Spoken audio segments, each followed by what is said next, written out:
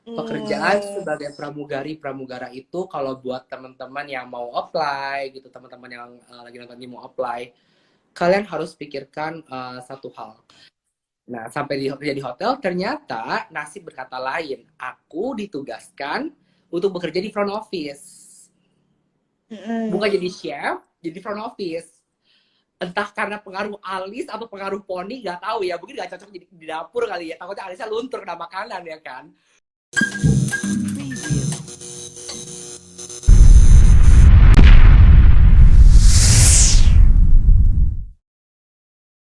Halo. Waduh, langsung ke expose ya. Halo Kak, apa kabar? Baik, baik, baik. Alhamdulillah baik. Gimana kabarnya di sana?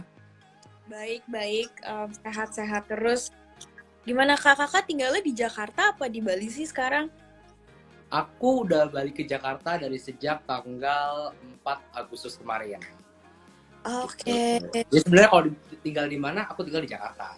Aku asli memang Jakarta. tinggal kan? Oke, memang domisili Jakarta. Betul. Oke. Nah kemarin pas balik itu mesti ini nggak sih Kak? Mesti karantina dulu nggak sih? Nah, aku tuh, aku bisa bilang aku hoki banget ya, aku untung banget. Jadi pas aku balik masuk ke Indonesia itu kan aku masuk ke Indonesia tanggal 17 Maret. Nah, Hmm. sementara pemerintah Indonesia itu mulai memberlakukan karantina bagi warga negara Indonesia dari luar masuk ke Indonesia ya. Itu Ya. setelah tanggal 24 atau 25 Maret gitu deh, setahu aku kayak akhir-akhir Maret gitu kan. Jadi tuh Heeh. aku pulang ke Indonya tuh pas banget sebelum dimulainya ada semi lockdown. Aku gak bisa bilang lockdown kan, soalnya kita gak pernah lockdown kan. Jadi ya kayak Oke. semi lockdown gitu deh gitu. Ya, I see. Nah Kak, Kakak kan seorang pramugara ya Kak ya? Hmm.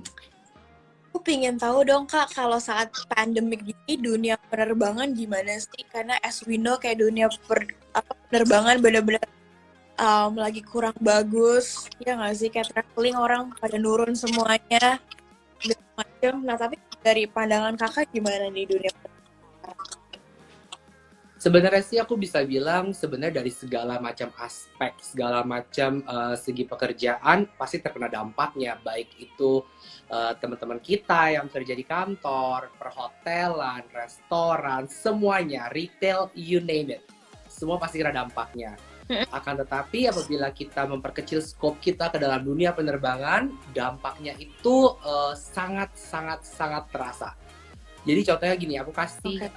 salah satu contoh. Contohnya penerbangan dari Gurun Pasir, soalnya nggak boleh buka merek kan ya, nanti ketahuan mereknya Ngondek Airways di mana kan. Jadi penerbangan Oke. dari Gurun Pasir ke Jakarta itu biasanya itu 1 hari 3 kali. Tapi sekarang dikurangi jadi Mm-mm. 2 kali. Terus dari Oke. Gurun Pasir ke Denpasar 3 kali. Sekarang jadi 1 hari 1 kali. Terkadang-kadang juga tidak not operate gitu loh, kayak cancel flight. So basically it Oke. does have a very big impact on us, especially dalam scope pramugara gitu loh. Jadi tenaga SDM kita kan banyak. Kita tuh kalau nggak Mm-mm. salah, kalau aku boleh cerita sedikit nih, kita punya 12.000 awak kabin. Awak kabin doang 12.000 ya. Wah. Yang bernasib sama seperti aku, yang stranded di negara masing-masing dan tidak bisa kembali ke base, itu kurang lebih ada 4.000. Oke. Tinggal 8.000. Nah, dari 160 rute penerbangan, sekarang kita hanya mengoperasikan 65 rute penerbangan. Berarti, bayangin dong, dampaknya tuh Mm-mm. kita hanya membutuhkan 30% dari SDM yang kita miliki. Mm-mm. So, dampak yang kita rasakan ya benar-benar terasa banget gitu, dari yang banyak juga awak kabinnya kena laid off, yang harus di-terminate kontrak. Banyak Ya. juga beberapa rekan-rekan aku yang aku cukup prihatin sih, kayak mereka itu masih dalam masa training. Jadi mereka tuh baru banget Mm-mm. pindah, resign. Ya. Mereka masih dalam training dan mereka harus dipulangkan kembali ke Indonesia. Seperti itu. Nah Kak, aku pengen tahu deh, ceritain, boleh cerita sedikit nggak Kak, awal cerita berkarir sebagai pramugara? Aduh. Boleh. So, sedari aku kecil dulu, dari aku kecil banget itu, aku itu selalu minta mainan sama mama aku itu pesawat. Oke. Tapi aku nggak mau pesawat tempur. Aku maunya tuh pesawat-pesawat penumpang. Aku ada Pesawat komersial. sedikit, iya pesawat komersil. Jadi kayak pesawat-pesawat besi yang Airbus, yang Boeing, seperti itu, gitu kan. Nah, aku selalu suka kayak gitu. Kenapa? Karena aku berpikir kayak suatu hari nanti tuh aku mau untuk bekerja di pesawat udara gitu loh. Aku mau jadi pilot dulu, ya kan. Akan tetapi jelas aku melihat kemampuan dari keluarga aku dan juga kemampuan aku sendiri. Aku juga nggak pintar-pintar amat. Untuk menjadi seorang penerbang itu kan membutuhkan biaya yang sangat-sangat besar. Kalau aku boleh kasih gambarannya, 1 miliar rupiah itu belum menjamin kita untuk menjadi seorang pilot di pesawat udara.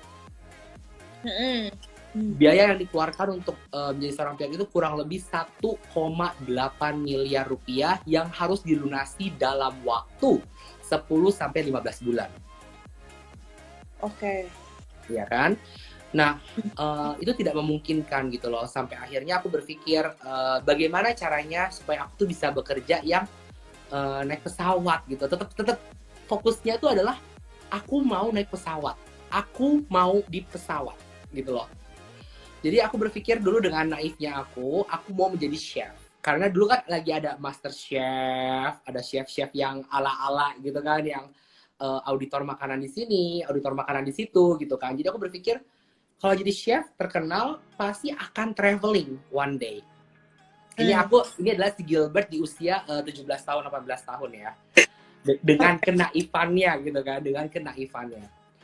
Dan juga salah satu cita-cita aku adalah aku mau bahwa mama aku itu setidaknya melihat 3 benua aja gitu. Oke.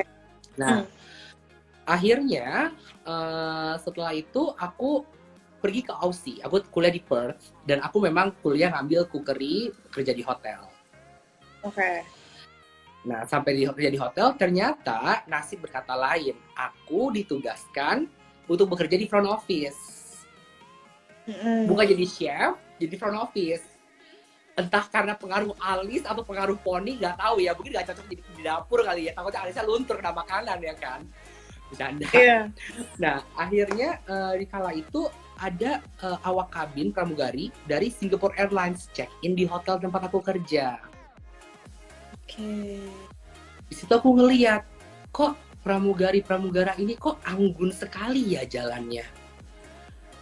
Walaupun mereka capek terbang dari Singapura ke Perth non-stop gitu kan, kok mereka tetap senyum, kok mereka tetap bisa nunjukin kalau mereka tuh ada seseorang yang memiliki karakter gitu. Mereka memiliki kepribadian yang tetap anggun, tetap glamor, tetap smart, tapi tidak sombong, tapi tetap friendly, tetap humble. Nah, dari situ aku bilang, oh kalau aku nggak bisa jadi pilot, satu-satunya cara aku jadi pramugara maksudnya, bukan pramugari. Ini suka keseleo lidah pramugari sama pramugara ya, kebiasaan ya kan. Aku mau jadi pramugara. Tapi tunggu dulu, tantangannya nggak cuma itu. Di kala itu berat badan aku 95 kg. Bisa jadi pramugara kargo, DHL, jadi lambang gajahnya, ya kan? Nah, orangnya sampai sekarang masih ada nih yang memotivasi aku. Si pramugari Indonesia itu adalah mbaknya, boleh disebutin nggak sih ini namanya? Barangkali mungkin dia nonton lo ya, Mbak Diana Rahmania. Aku bilang sama dia, Mbak, aku tuh pengen jadi pramugara. Tapi aku nih agak sintal gitu kan ya. Gilbert, percaya apa yang kamu inginkan. Lakukan apa yang mau kamu lakukan. Selama you are being positive, you have a positive mindset, you have a positive goal, go and achieve it. If someone tell you that you cannot be what you want to be, ignore that person. Be the proof that you can be the person that you wanted to be. Jadi di situ aku terpacu untuk akhirnya aku kembali ke Indonesia. Aku tinggalkan semua di Australia dan aku ngelamar untuk KT Pacific Airways di tahun 2011. Oke, wow ya. 9 Ya tahun yang lalu. udah 9 tahun, iya 9 tahun yang lalu. Itu aku apply-nya dan final interview aku adalah di hari ulang tahun aku. Aku ingat sekali itu. Wow. Tapi dasarnya masih anak kecil ya, masih umur 20 tahun. Final interview tanggal 16 Mei, aku bilang, I cannot. I'm having my birthday party. Mati gak? Oh, Mati gak? Mati kan, metse, ya kan? Metode. Ibaratnya orang mendamba-dambakan untuk di-invite ke final interview setelah banyak cuts. Ini malah dia anak di belagu gitu, malah ngomong, no, I cannot. It's my birthday. Ya kan? Jiwa kenyonyaannya muncul gitu kan. Nah akhirnya akhirnya tapi orangnya bilang, okay, it's your birthday present, we will move it on the 17th of May. Nah disitulah aku mulai interview, aku mulai terbang di KT Pacific. Pertama kali aku terbang di KT Pacific, is like apa ya, kalau ada pepatah yang bilang phrase itu gini, once you taste the sky, you will never wanted to walk on earth anymore, which is true. Pekerjaan sebagai pramugara itu kalau buat teman-teman yang mau apply gitu, teman-teman yang lagi nonton ini mau apply, kalian harus pikirkan satu hal. Kalau memang kalian hanya mau jalan-jalannya aja, lihat-lihatnya aja, pastikan kalian resign di tahun kedua. Kenapa? Setelah tahun kedua berjalan, masuk tahun ketiga, tahun keempat, tahun kesekian, sampai akhirnya tahun ke-9, sangat susah untuk mengubah mindset dan cara pola pikir bekerja untuk kembali bekerja di darat. I see. Gitu. Dan aku juga bersyukur, alhamdulillah, dengan aku bilang tadi kan, goal aku adalah membawa mama aku melihat 3 benua, aku membawa keluarga aku jalan-jalan. Alhamdulillah banget, suatu berkat yang aku syukurin adalah aku sudah mewujudkan itu. Jadi motivasinya itu, motivasinya semakin berapi-api gitu untuk oke, ini sudah tercapai, berikutnya apa gitu. Which is yang berikutnya adalah ketika aku masuk ke maskapai sekarang, aku sebenarnya agak sedikit sakit hati, tapi sakit hati yang positif ya. Kompetitif anaknya kompetitif. Aku kompetitif itu gini. Indonesia dikenal sebagai negara yang sangat-sangat hospitable. Orang Indonesia itu terkenal memiliki suatu karakter yang unik, di mana orang-orang itu ramah. Oleh sebab itu, maskapai kita sempat memenangkan penghargaan sebagai awak kabin terbaik 5 tahun berturut-turut. Ya kan? Tapi warga negara kita ini, tenaga kerja kita ini ada sisi plus dan minusnya. Minusnya memang warga negara Indonesia itu jarang yang outspoken. Jadi kita cenderung pemalu. Kita cenderung tidak menunjukkan potensi diri sebagai warga negara Republik Indonesia gitu. Kalau di luar negeri kita cenderung diam. Nah itu yang memotivasi aku sekarang adalah aku harus bisa membawa nama negara. Karena aku percaya ketika kita bekerja di luar negeri, kita tidak hanya membawa ini loh Gilbert gitu. Pasti adalah Gilbert dari Indonesia. Orang Indonesia bisa bekerja di luar negeri dikarenakan orang Indonesia punya sesuatu yang khas. Seperti itu. Motivasi aku sekarang untuk memperkenalkan keramah-tamahan Indonesia ke seluruh dunia. Nah Kak, udah gitu, apa sih suka dukanya jadi pramugara Kak? Suka dan duka, semuanya pasti ada. Mau kita kerja di kantor, mau kita kerja di hotel, bahkan CEO pun pasti ada suka dukanya. Bener gak?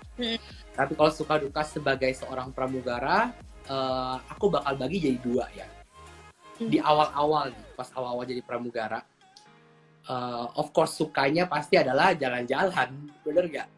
Lihat dunia, shopping gitu.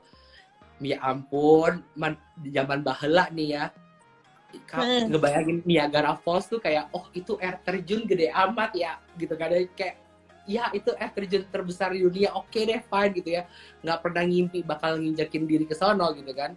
Tapi pada akhirnya jalan-jalan itu adalah sukacitanya. Dukanya pas di awal-awal itu adalah ternyata di balik pekerjaan yang terlihat glamor, terlihat menyenangkan, itu banyak sekali mengorbankan momen-momen terpenting dalam hidup. Salah satunya hari-hari besar.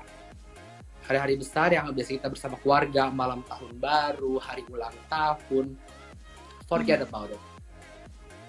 There is no more day that you say, kemana weekend ini? No, darling. You have to forget that. Hey, it's your birthday night. Where are you gonna spend it?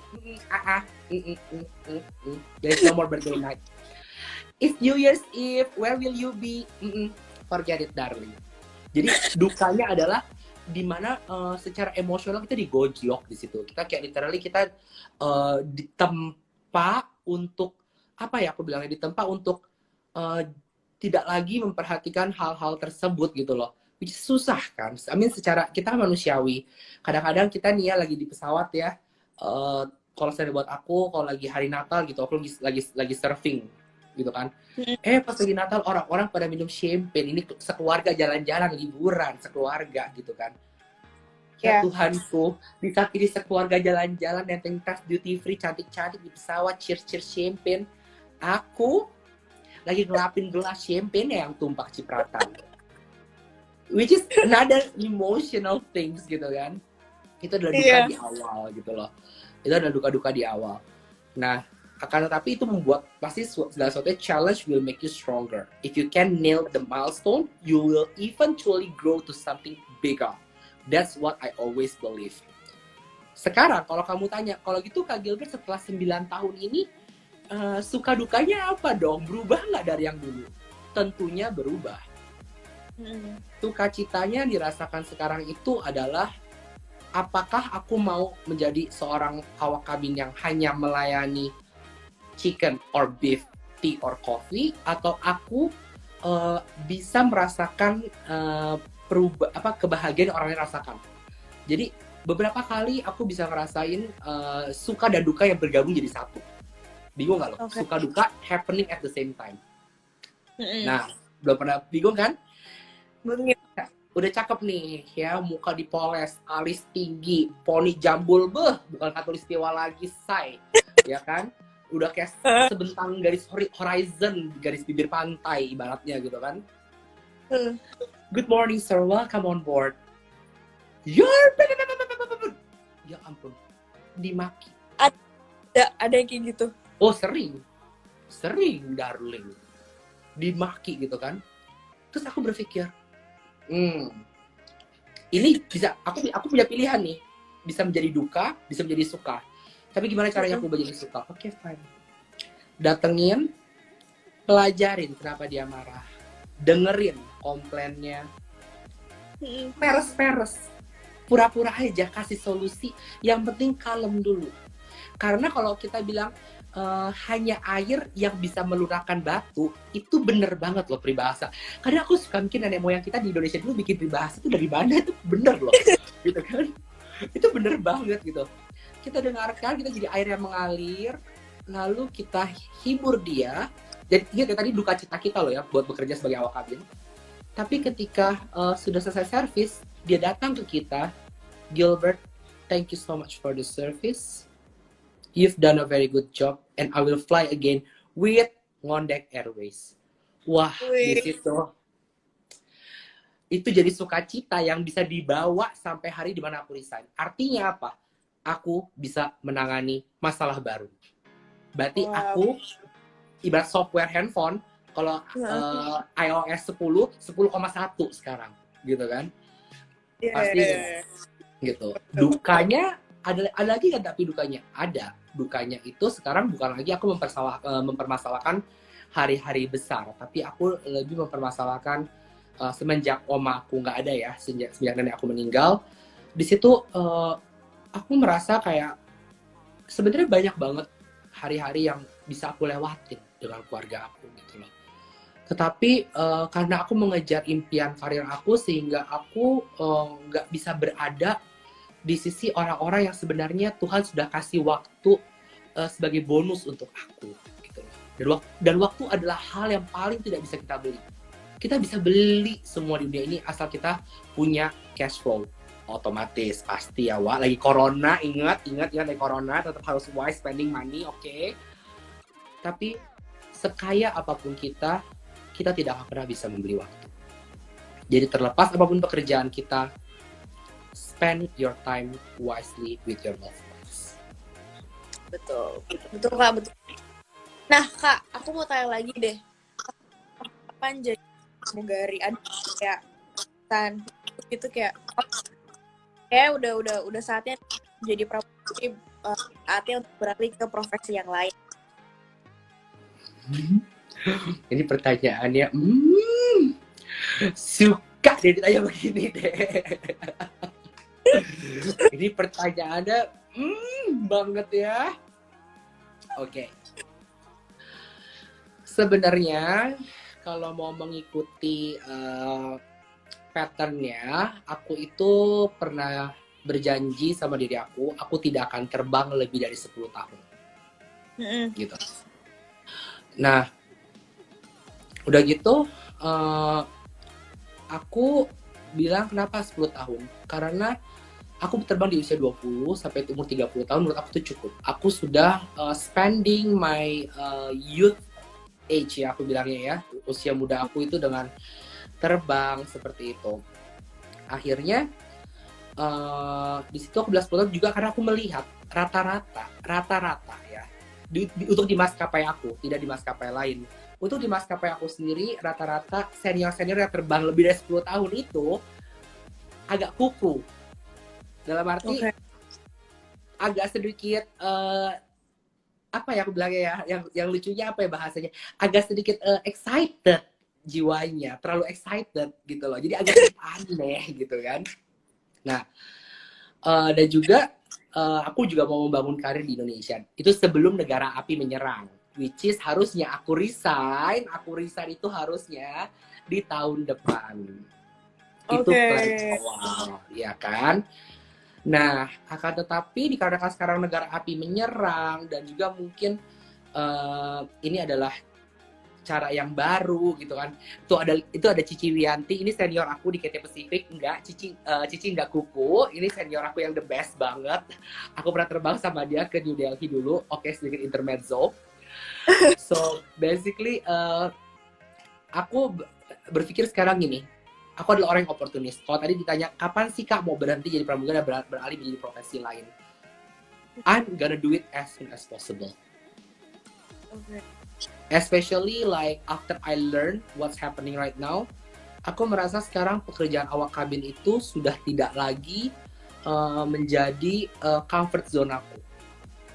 Artinya selama 4 tahun ini rezeki atau berkat yang telah diberikan kepada aku, ya ini sudah selesai. Ibaratnya kita prinsipnya adalah tambang emas gitu. Emas yang digali ini sudah selesai di sini.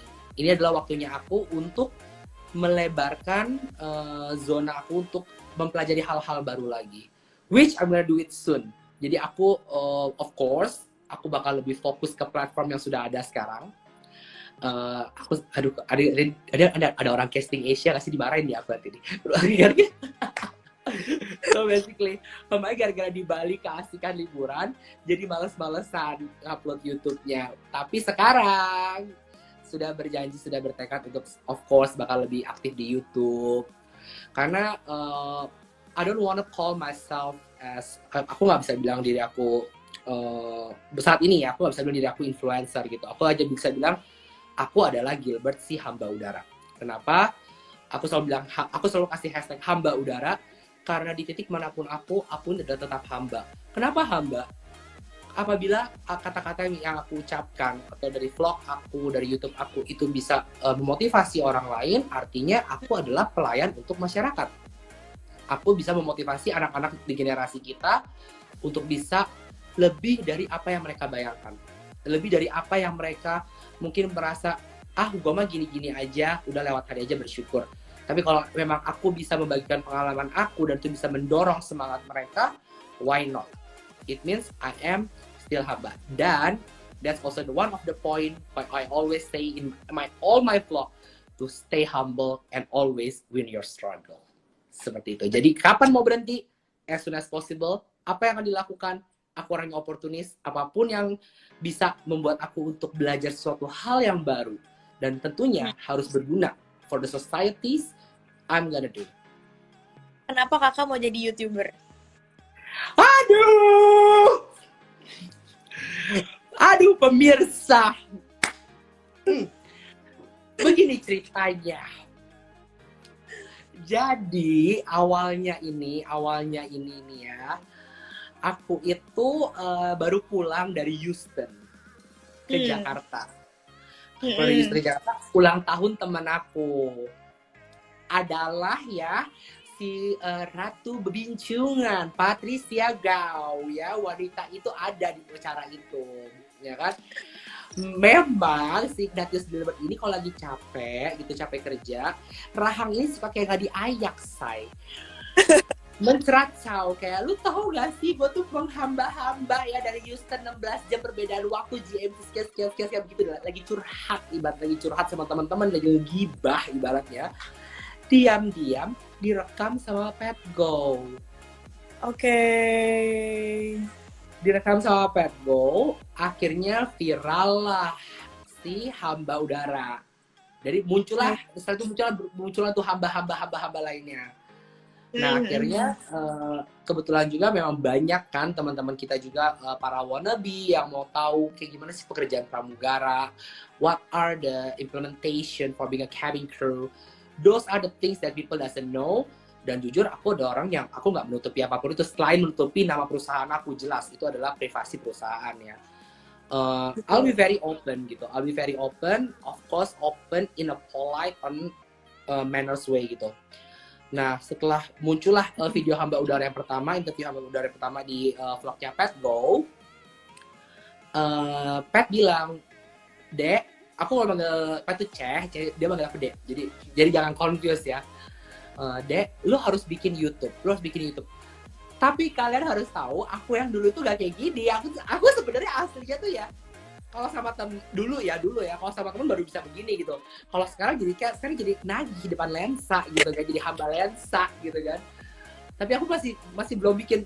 Jadi kayak aku tuh bikin YouTube itu literally dari nol, dari scratch. Nggak ada yang bantu aku bagaimana cara ngedit, bagaimana cara ngerekam. Di vlog pertama aku tidak pernah aku hapus. Kenapa? Karena aku ngerekamnya, handphone aku bentuknya gini nih, nggak landscape say. Kalau saya perhati ini portrait, bayangin nggak? Ya kan? Nggak pakai background music, ya kan? Edit salah kadarnya pakai handphone gitu kan? Nah, di situ terus aku lihat, wah, kok viewernya lumayan. Oke, aku masih belum dapat alurnya nih. Ini belum kepengen jadi YouTuber ya. Katanya pertanyaan kamu kenapa mau jadi YouTuber gitu kan? Yeah. Nah, akhirnya aku mencari ibaratnya cari ombak gitu kan. Aku mau bikin vlog aku, YouTube aku ini tentang apa? Apakah tentang traveling karena aku sebagai cabin crew that I travel a lot, or should I become like someone that reviewing my beauty products because people know all you see here is not the real things, it's all covered ya. Udah gitu. Jadi aku masih mencari arah. Tapi setelah aku mengupload my second video, third video, fourth video, it's not about that what people want to see in me gitu loh. Tapi lebih ke arah orang itu ternyata setelah aku lihat komen-komen dan feedbacknya, most of them, aku bisa bilang 60% dari mereka itu mereka don't mind lihat editan aku yang jelek. Tapi yang mereka dengarkan itu adalah what I've been saying gitu, apa yang aku bicarakan dan pengalaman hidup aku sendiri gitu loh. Bagaimana mereka bisa ada gambaran gitu loh. Nah di sisi itu aku mulailah terarah untuk mencari of course narasumber yang inspiratif untuk collab sama aku. Dan ternyata banyak lagi feedbacknya, bagaimana orang-orang Kak makasih aku nonton vlog kakak, sekarang aku berhasil masuk ke maskapai ini, atau aku sekarang di hotel aku lebih tahu apa itu tentang melayani. Di situ aku mulai belajar lagi, oh ternyata betul ya kalau dibilang lidah tidak bertulang, makanya harus hati-hati ketika berbicara. Akan tetapi mulutmu adalah harimaumu.